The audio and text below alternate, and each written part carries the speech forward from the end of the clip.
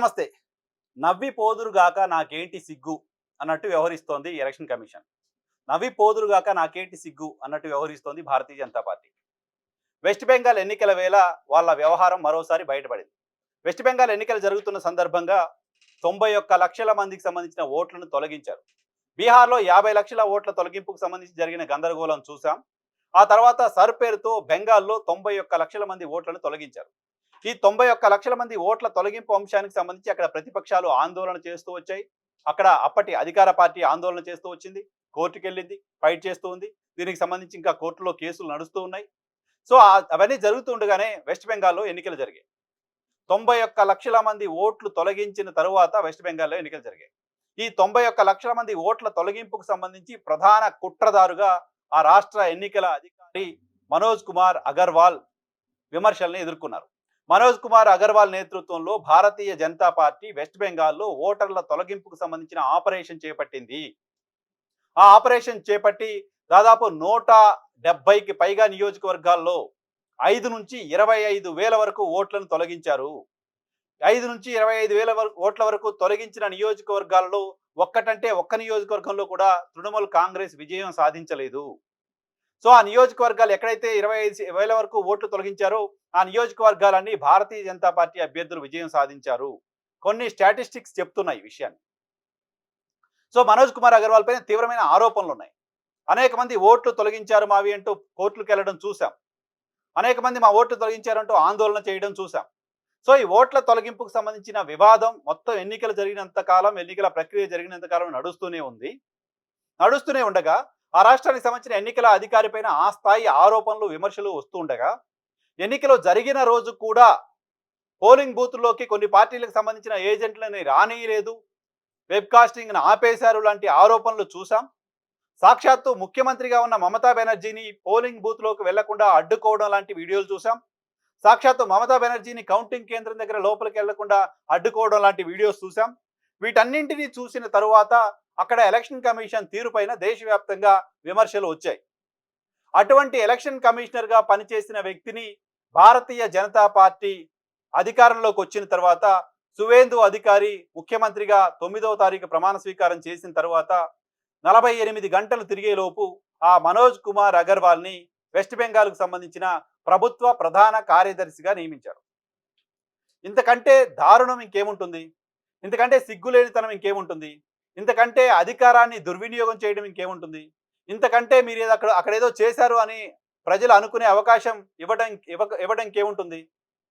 మీరే ఒక అవకాశం ఇస్తున్నారు కదా, మీకు మేలు చేశారు కాబట్టి మీరు ఆయనకి మేలు చేస్తున్నారు అని ప్రజలు అనుకునే అవకాశాన్ని అక్కడ భారతీయ జనతా పార్టీ ఇస్తోంది కదా. క్విడ్ ప్రోకో జరిగింది ఎలక్షన్ కమిషన్కి భారతీయ జనతా పార్టీకి మధ్య అని అనుకోవడానికి సంబంధించిన అవకాశం ఉంది కదా. అలా అనుకునేలా ఎందుకు భారతీయ జనతా పార్టీ బిహేవ్ చేస్తోంది? ఎందుకు ఎలక్షన్ కమిషనర్ బిహేవ్ చేస్తున్నారు? ఎలక్షన్ కమిషనర్గా ఉన్న వ్యక్తి ఆ ప్రక్రియ ఇంకా టైం పడుతుంది కదా. 9వ తారీఖు ఆయన ముఖ్యమంత్రిగా ప్రమాణ స్వీకారం చేశారు.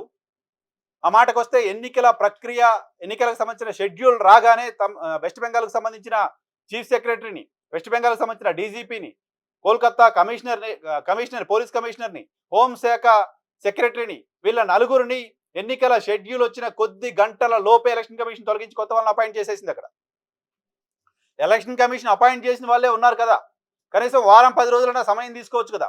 గంటలు కూడా గడవక ముందే మీరు ఎన్నికల్లో మీకోసం పనిచేశారనే పేరున్న ఒక అధికారిని తీసుకొచ్చి చీఫ్ సెక్రటరీగా నియమించుకోవడం అంటే భరితెగింపుగా కనపడుతోంది కదా. ప్రజలంతా మీరు తప్పు చేశారని అనుకోవడానికి సంబంధించిన అవకాశాన్ని ఇస్తోంది కదా. చాలా రాష్ట్రాల్లో ఎన్నికల కమిషనర్గా పనిచేసిన వాళ్ళు ఈ తరహా ప్రభుత్వంలో కీలకమైన పోస్టింగులు పొందడం చూసాం. ఆంధ్రప్రదేశ్లో కూడా అటువంటి ఆరోపణలు చూసాం. ఆంధ్రప్రదేశ్ ఎన్నికల సందర్భంగా ఎన్నికల అధికారిగా పనిచేసిన వ్యక్తికి ఆ తర్వాత కీలకమైన పోస్టింగ్లు ఇచ్చారని, ఆ ఎన్నికల అధికారిగా పనిచేసిన వ్యక్తి వీవీప్యాట్కి సంబంధించిన స్లిప్లను ఇమీడియట్గా కాల్ చేయండి అంటూ కలెక్టర్లకు ఆదేశాలు ఇవ్వడం, దానికి సంబంధించిన ప్రకటనలు బయటికి రావడం చూసాం.